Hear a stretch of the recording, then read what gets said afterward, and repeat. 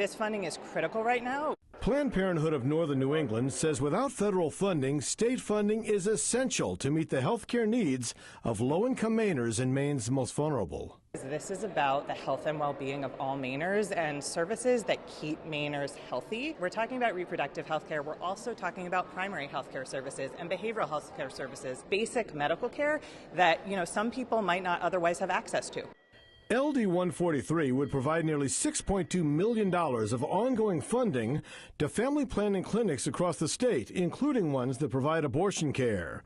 Republicans spoke out against the bill.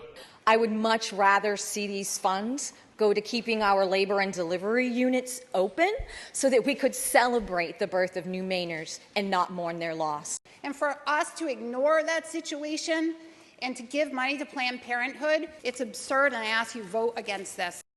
Planned Parenthood and House Democrats say no state funding will go toward abortion care. Instead, it will pay for basic health care needs like checkups, immunizations, and cancer screenings. For many Mainers with low incomes, these basic health care needs would not be met without access to these important health centers. Representative Cassie Lynn Julia says when she was 18, a screening at a clinic found skin cancer. If I didn't have access to Waterville family planning when I was growing up as the child of a single dad, I probably wouldn't be here.